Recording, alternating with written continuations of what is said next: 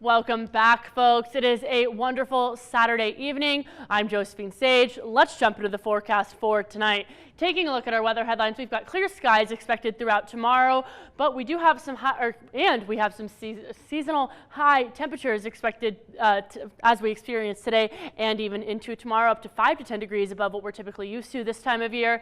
And unfortunately, or fortunately, if you like that snow, we do have 3 to 8 inches of snow accumulation possible late Sunday night and into Monday. And so over those northern mountains, we could get 4 to 8 inches of snow, and that also includes the Continental Divide and all those central mountains, even over Vail Pass. And down south, that's where we're going to expect those smaller accumulations of 3 to 6 inches of snow. And getting into our almanac, our high for tomorrow, we're looking at 51 instead of our typical 43, and on the low end, we are looking at 32 instead of our typical 21. So like I said, 5 to 10 degrees above both of our seasonal averages when it comes to the temperature. So it might be the perfect time to get outside. And speaking of getting outside, if you want to go ahead and head outside to walk your dog tomorrow morning, we're feeling 33 degrees at 9 a.m., 44 at noon, and 40 at 3 p.m. with that chance for a little bit of some cloudier skies as it rolls on in. But it's looking like it's going to stay pretty mild throughout the day, and we're hopefully going to peak in those 50s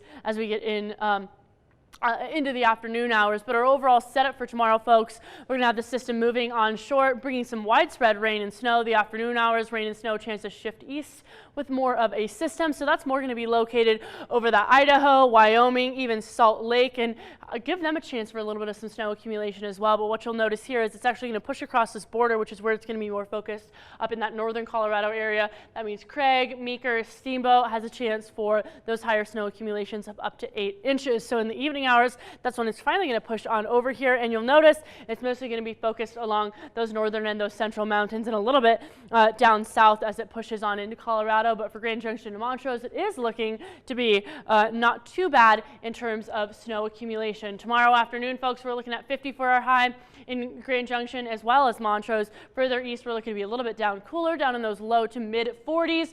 Gunnison has finally popped out of its cold range and is finally up at that 34-degree range, giving us those double-digit positives as this high-pressure system sticks around with us. But for the rest of this week, we'll notice that we're going to be in those those 50s tomorrow, then take that drop in temperatures Monday, Tuesday, Wednesday, Thursday, and even into Friday, where we're going to be down back in those 40s. But if you notice, folks, we're still going to be above our seasonal average as we jump through this week, with a little bit on the cooler side of things down in those early morning and those late night hours. So if you have any plans to head up skiing, keep in mind that those slopes might be a little bit on the icy side due to that melting happening during the daytime hours, but during those nighttime hours being a little bit on the cooler side of things could cause those icy slopes to freeze and give us some packed powder or again that ice. But Montrose is also going to continue to have the same kind of trend all the way through the end of the week. And taking a look at both of them compared, we'll notice that Montrose is going to be just a little bit down on the cooler side of things due to a chance for a little bit of that snow accumulation to hit Montrose, but